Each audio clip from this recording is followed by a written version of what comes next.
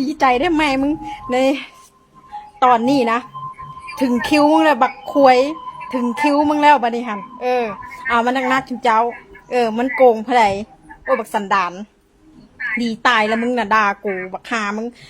เว้นกรรมมันจะตามทันมึงบ่เร็วกระซ่าที่มึงเฮ็ดกับคนอื่นนะมึงเหยียบกูให้จมดินตอนนั้นนะสิ่งที่กูเว้ามานะที่กูเว้าว่าอันกับข้าวบ่แซ่บอย่างฉันกูบ่ได้ดูถูกกับข้าวบ้านเขาแต่มึงหาไปเว้าให้กูว่ากูดูถูกเงินเขาดูถูกจังฉันจังซี่กูบ่ได้มีความคิดจังฉันกูบ่ได้มีความคิดที่ต่ำซ้ำคือมึงมื้อนี่เวรกรรมก็มาฮอดมึงโอ้ยฉันมันกูอยากล่ำแก้บนเด้ฮีแม่มึงเอ้ยฉันมันกูอยากล่ำอยากร้องทะเลบัดนี้เนาะฉันมันกูดีใจเด้เนาะบัดนี้โอ้ยกูมาเห็นข่าวกูดีใจขนาดสู้เอ้ยกูดีใจนี่กูเฮ็ดงานหมดปีนี่กูบ่หยุดก็ได้กูดีใจขนาดเวรกรรมน่ะมันกลับคืนไปหามันเบิดนะครับผมเนาะสาวคนนี้ก็คือที่ว่าออกมาเนาะตั้งแต่ฮู้ข่าวนั่นแหละพี่น้องออกมาฟาดเดือดตลอดเลยนะทุกคลิปเลยนะเกี่ยวกับบ่าวน้อยปากเซเนาะเพราะว่าบ่าวน้อยปากเซเนาะเฮ็ดให้เราแบบเจ็บใจเฮ็ดให้เราแบบ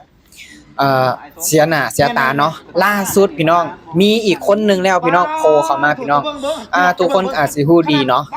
ทางแอปลำนะที่เราได้ไปถ่ายคลิปนำเนาะพี่น้องนี่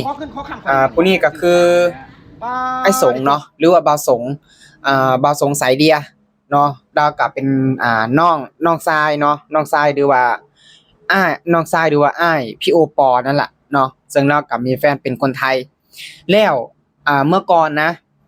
ก็ถือว่าเป็นคนที่ว่าใกล้ชิดกันได้ล่ะเนาะกับบ่าวน้อยปากเซเนาะเคยนอนเคยกินน้ำกันเนาะถ่ายคลิปอีหยังน้ำกันเนาะหลายสิ่งหลายอย่างพี่น้องบ่ว่าสิเป็นเฮ็ดคอนเทนต์อีหยังต่างๆนานาเนาะแล้วมื้อนี้นำบ่ลำไปเห็นเนาะในเฟซดาวนะพี่น้องในเฟซดาวโพสต์ลงไปว่าเวรกรรมเนาะบ่ต้องรอชาติหน้าชาตินี้ล่ะแล้วเราไปเห็นแล้วไปเห็นคลิปนึงนะพี่น้องเราไปเห็นคลิปนั่นล่ะ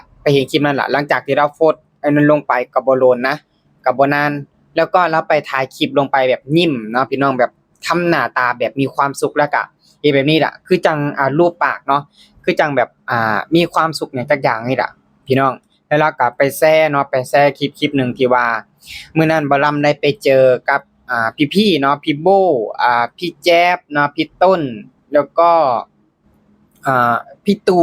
เนาะโอ้ยหลายๆคนนั่นแหละเนาะที่บ่ลำได้ไปเจอกระเจ้าครั้งแรกเนาะไปยืนยันความบริสุทธิ์ใจนะพี่น้องนะไปยืนยันความบริสุทธิ์ใจแล้วบ่ลำเท่าที่บ่ลำคิดนะคืออาจสิมีหยังจักอย่างนี่แหละในใจเรานะบ่สงนี่เนาะบ่สงสายเดียเนี่ยแล้วอาจสิถูกกระทำมาก่อนหรือว่าจังใดเนาะแต่ว่าเราบ่ปากพี่น้องก็เห็นอยู่โพสต์ว่าเวรกรรมบ่ต้องรอชาติหน้าเนาะชาตินี้ล่ะเวรกรรมมีจริงอีหยังเราโพสต์ลงไปตลอดนะพี่น้องแล้วก็เห็นเราไปแชร์คลิปนั้นแล้วก็ไปแชร์ที่ว่าช่องข่าวเนาะข่าวสดของประเทศลาวที่ว่าเอาลงไปว่าประกาศจับบ่าวน้อยปากเซนั่นล่ะพี่น้องเราก็ไปเขียนแคปชั่นเนาะไปเขียนหัวข้อว่าเวรกรรมมีจริงพี่น้องคือเท่าที่บ่ลำสังเกตอาจสิมีหยังในใจเนาะแต่ว่าเราบ่เว้าพี่น้องเราบ่เว้าอาจสิเป็นแบบคนใกล้ชิดกันบ่รู้ว่าจังใดเนาะอันนี้บ่ลำก็บ่แน่ใจพี่น้องนะแต่ว่าสาวลาวคนนี้เราก็ดีใจสุดๆแล้วว่ะเนาะดีใจสุดๆทำงานแบบบ่กินข้าวปีนึงก็ได้แล้วว่าเราดีใจแฮงแล้วเราโอกาสนี้มานานนะพี่น้องเบิ่งเรานะพี่น้องเพราะว่าบ่าวน้อยปากเซนี่พี่น้องเท่าที่บ่ลำแบบอันนั้นมานะเราไปนั่นคนมาหลายอีดีผู้ใดอยู่ใกล้ก็คือนั่นทุกคนเลยพี่น้อง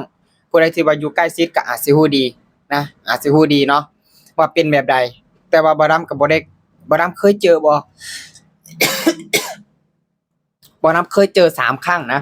บ่ลำเคยเจอ3เทื่อแรกมีหมู่คนหนึ่งนะที่ว่ารู้จักกับบ่าวน้อยปากเซก่อน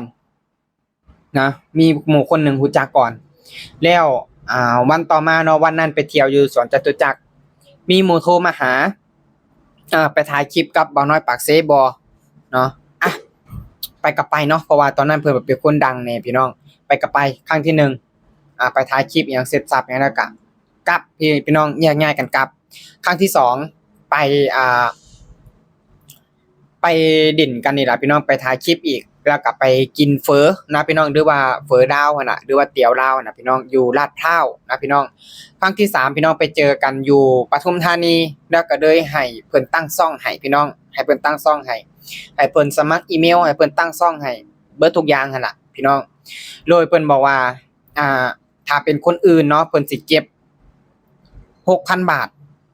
ถ้าเป็นบ่ลำนี่เพราะว่ารู้จักกันเพิ่นว่าเนาะรู้จักกันแบบอันนั้นกันเพิ่นว่าเอานำ 4,000 พอเพิ่นว่าบ่ลำก็ว่า4,000ก็4,000เพราะว่าฉันได้ก็ถือว่าโอเคแม่นบ่ล่ะเพิ่นก็ว่าโอ้ 4,000 นี่ก็คุ้มเด้ถ้าว่าได้เงินจาก YouTube นี่ก็เดือนหนึงนี่ก็ได้อยู่เด้10,000 20,000เพิ่นว่าหั่นนะ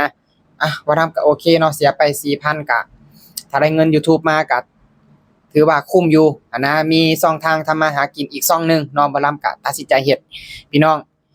ก็เลยที่ว่าเกิดเป็นประเด็นเกิดเป็นปัญหาตอนนี้เนาะมันก็เลยลุกลามขึ้นมาเป็นอันนี้เลยได้รับการหลายๆคนที่ว่าโลนบ่าวน้อยปากเซกระทำไปหลายๆคนก็ออกมาแสดงความคิดความเห็นเนาะบางคนก็บ่ได้เว้าแต่ว่า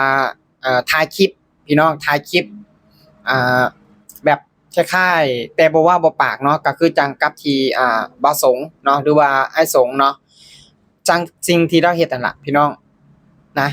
มาลำก็เชื่อว่ามีอีกหลายๆคนนะที่ว่าโลนพี่น้องแต่หลายๆคนก็บ่กล้าที่จะออกมาเว้าหรือว่าจังใดก็บ่ฮู้พี่น้อง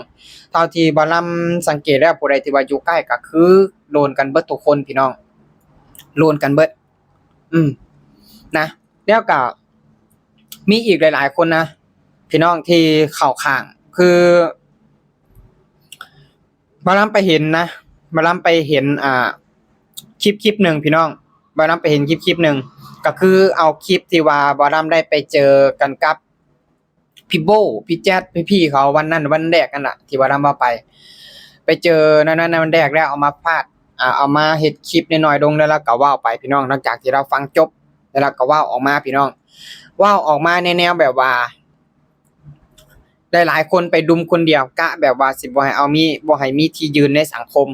แล้วก็เว้าอีกคำหนึ่งว่าสิมีการหนุนหลังกันอยู่ข้างหลังจังพร้อมเพรียงกันออกมาเว้าออกมาประจานคนอื่นแบบนี้พี่น้องแล้วบ่ลำไปฟังแล้วก็บ่รู้สึกแบบว่าบ่โอเคอย่างแรงพี่น้องแต่บ่ลำบ่ขอเอาออกนะเพราะว่าบ่ลำก็รู้จักคนๆนี้อยู่พี่น้องรู้จักคนๆนี้อยู่แต่บ่ลำก็ขอบ่เอาขึ้นมาซะเนาะขอบ่เอาภาพขึ้นมาซะว่าเป็นคนใดนะพี่น้องเพราะว่าทางเมียเรานี่ก็สนิทกับบ่ลำเองนะแบบผ่านมาก็คอยให้ความช่วยเหลือเนาะสนับสนุนกันทุกอย่างบ่ลำก็บ่ขอเอาขึ้นมาแต่บ่ลำก็สิขอว่าแบบนี้น่ะ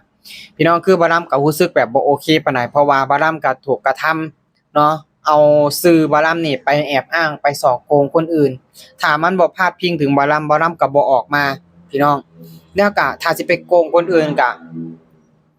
เอาชื่อเสียงตัวเองซะไปโกงไปทำบ่ต้องเอาคนอื่นไปออกไปอ้างมันบ่ดีในเมื่อแบบนี้พี่น้องมันลุกลามไปใหญ่ไปโตมันไปถึงคนอื่นเนาะไปพาดพิงถึงคนอื่นคนนั้นเขาก็อยู่บ่ได้คือกัน